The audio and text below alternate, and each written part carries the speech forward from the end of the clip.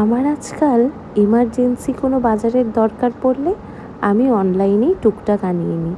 সাদা তেলটা একদম ফুরিয়ে গিয়েছিল, তাই এটাও আনিয়ে নিলাম। সবজি বাজারগুলো যখন অনলাইনে আনাই আমার এত ফ্রেশ লাগে, আর তার থেকেও বড় কথা এর যে প্যাকেজিংটা, 2-3 দিন ফ্রিজে রেখে দিলেও কিচ্ছু হবে না। এখানে বেশ ফুটো ফুটো করে এয়ার পাস করার জায়গা করা থাকে। ভীষণ ফ্রেশ বেগুন, ঢ্যাঁড়স, বিনস। বাড়িতে দেখলাম মেয়োনিজ শেষ, তাই একটা মেয়োনিজও আনিয়ে রাখলাম। রাতে করব বলে একটা প্যাকেট চিকেনও আনিয়ে নিয়েছিলাম। বাড়িতে একদম ডিম মাছ কিছুই নেই, কিন্তু বাবাইকে জিজ্ঞেস করাতেই বলল রাতে আর চিকেন খাবো না, এখন একটু চা দিয়ে ক্রিস্পি চিকেন কর দেখি কেমন লাগে খেতে। আবদার করেছে মানুষটা, না দিয়ে পারা যায় বলুন তো? তাই একদিকে চা বসালাম, আর একদিকে চলুন শুরু করে দিই চিকেন বানানোর প্রিপারেশানটা। জানেন তো, রান্নাঘর থেকে এই জানলাটা খুলে দিলে একদম মোর মাথা অবধি দেখতে পাওয়া যায়, তখন এত ভালো লাগে।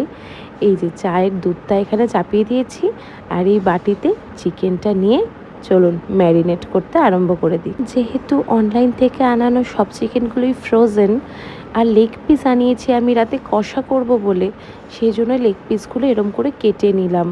তার কারণ নাহলে এর ভেতর নুন মশলা কিছুই ঢুকবে না। কিছুই না, খুব সিম্পলভাবেই করব, যাতে 15 মিনিটের মধ্যেই চিকেনটা ভালো করে তৈরি হয়ে যায়।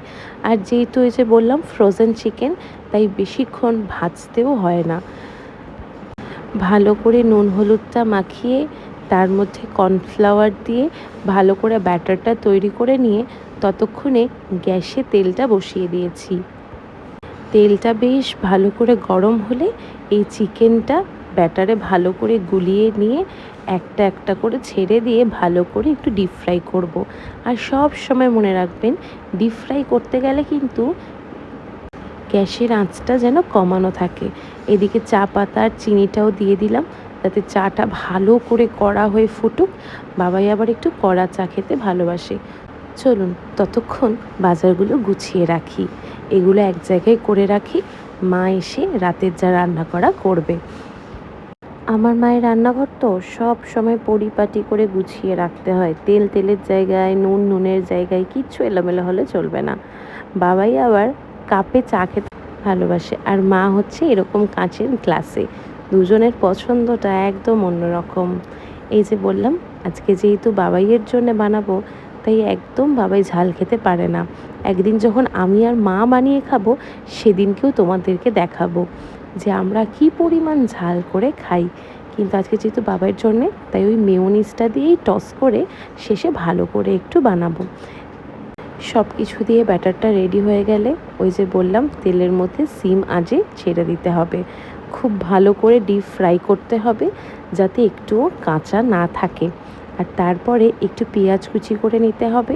তোমরা চাইলে টমেটো, আদা, রসুন সব কিছুই দিতে পারো, কিন্তু আমি তাড়াহুড়োতে কিছুই দিলাম না।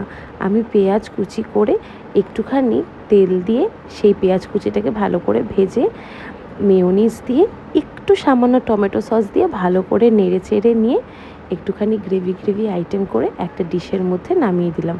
আর উপর দিয়ে একদম সামান্য চিলি ফ্লেক্সও দিয়ে দিয়েছিলাম, যাতে একটু ঝাল মিষ্টি এরকম লাগে।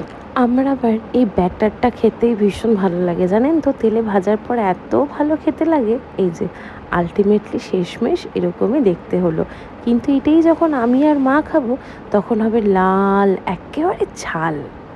তোমাদের আমার এই ছোট্ট রান্নাটা কেমন লাগলো অবশ্যই জানিও কিন্তু।